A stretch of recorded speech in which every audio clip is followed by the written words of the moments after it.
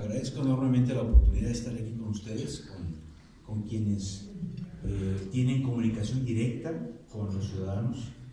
y el que esta información llegue a todos es fundamental. Entonces agradezco a todos su atención y ojalá pueda yo robar su atención lo suficiente como para que la información llegue clara a los lectores, a los que escuchan o leen sus noticias, porque realmente imagínense una enfermedad que ocurre una cada segundo, o que cada vez que contamos del 1 al 6 muere uno en el mundo. Yo creo que es fácil darse cuenta que estamos hablando de algo muy importante. Pero si contrastamos que es una enfermedad tan prevalente, tan frecuente, y después ponemos en la balanza que México como país no se ha hecho cargo correctamente de la atención de la enfermedad, entonces estamos en un plano en donde deberíamos de todos juntos hacer presión para que esto mejore. Voy a presentarles algunas imágenes, algunas diapositivas, y a esta pequeña charla le puse así: un grave padecimiento que es prevenible y que es tratable y que aún sigue fuera de la agenda nacional en México. Impacto cerebral, que deja secuelas y deja una disfunción en nuestros pacientes. Generalmente, cuando hablamos de esta enfermedad, no hacemos hincapié de que más del 60% de los eventos en el mundo ocurren en países emergentes o en países en vías de desarrollo,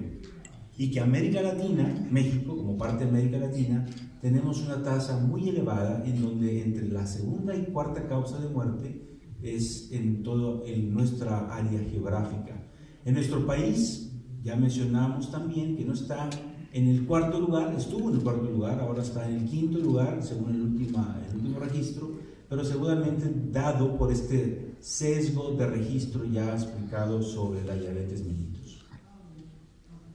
Cuando comparamos nuestra situación con el resto de los países de América Latina,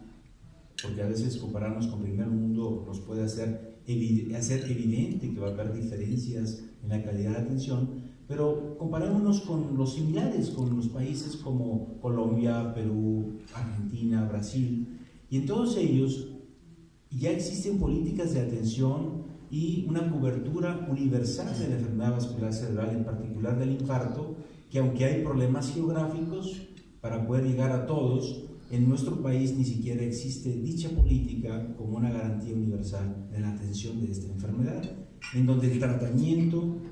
ya eficaz, con suficiente evidencia, no se le ofrece a la población. Evidentemente este tema podría ser abordado ya en detalle si ustedes tienen preguntas ya particulares sobre este tema. Y no es una justificación decir que el hecho de que tengamos un pobre crecimiento económico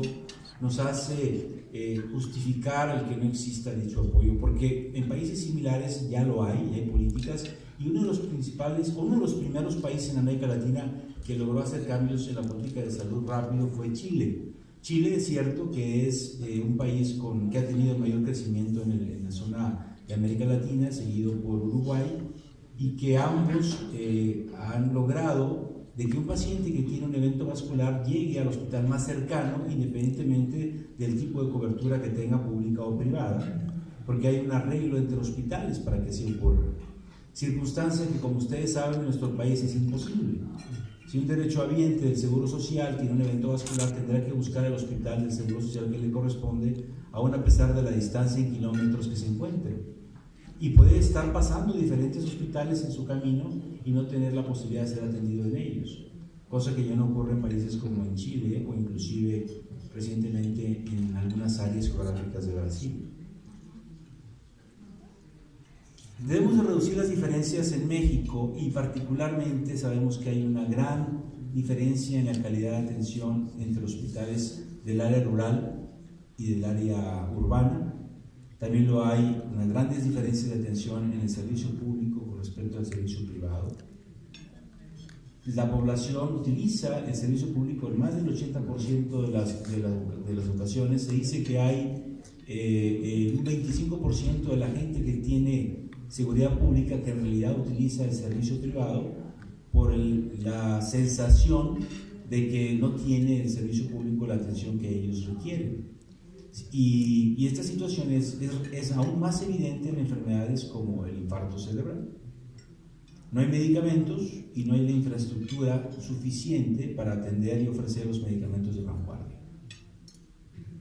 La Asociación Mexicana de Enfermedad Vascular Cerebral tiene ya más de 18 años de haber sido fundada y desde entonces trabaja con la comunidad médica, con la comunidad no médica, para mejorar y concientizar sobre la información de la enfermedad vascular cerebral y en los últimos años en particular sobre el infarto cerebral. Ha hecho gestiones con gobierno, todo empezó desde su fundación, pero probablemente una que recordamos con reciente fue en el año 2013, cuando se hizo la Declaración de Mérida, junto con la Academia Mexicana de Neurología, y con presencia de autoridades de salud se declararon las prioridades que,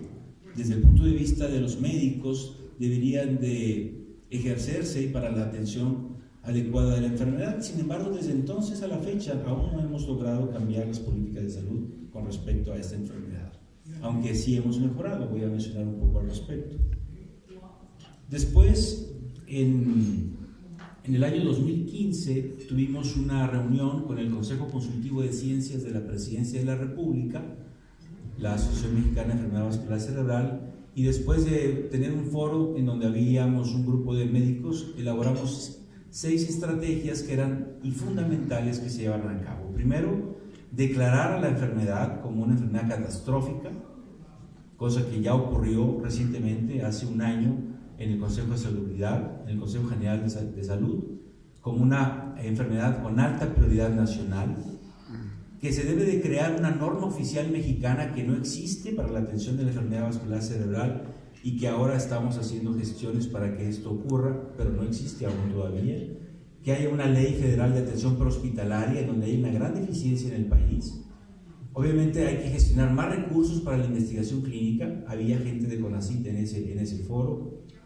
ofrecer la cobertura universal con un plan de crecimiento en etapas,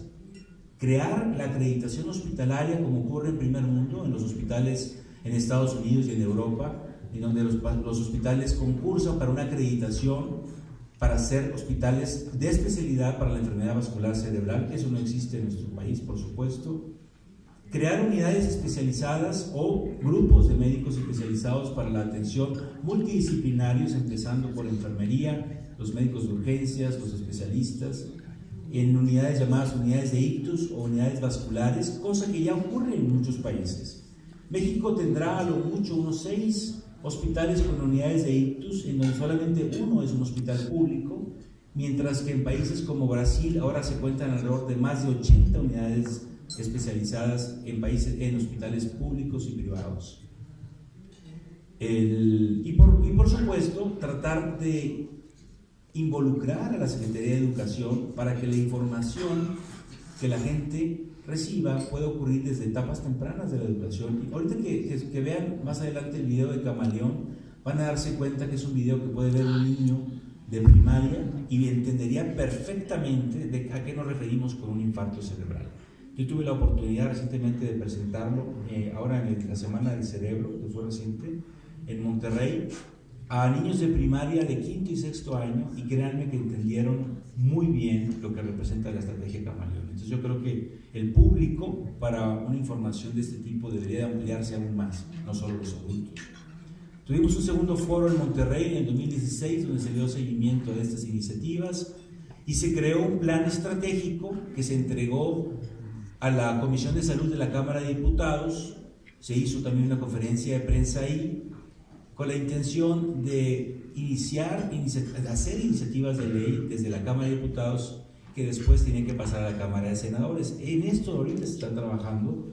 en una segunda versión del plan estratégico más completa después de haber aprendido sobre los procedimientos que hay que realizar, porque los médicos sabemos ver pacientes y honestamente no sabemos de cómo llegar a la política, pero bueno, nos han estado guiando para poder que las puertas se abran.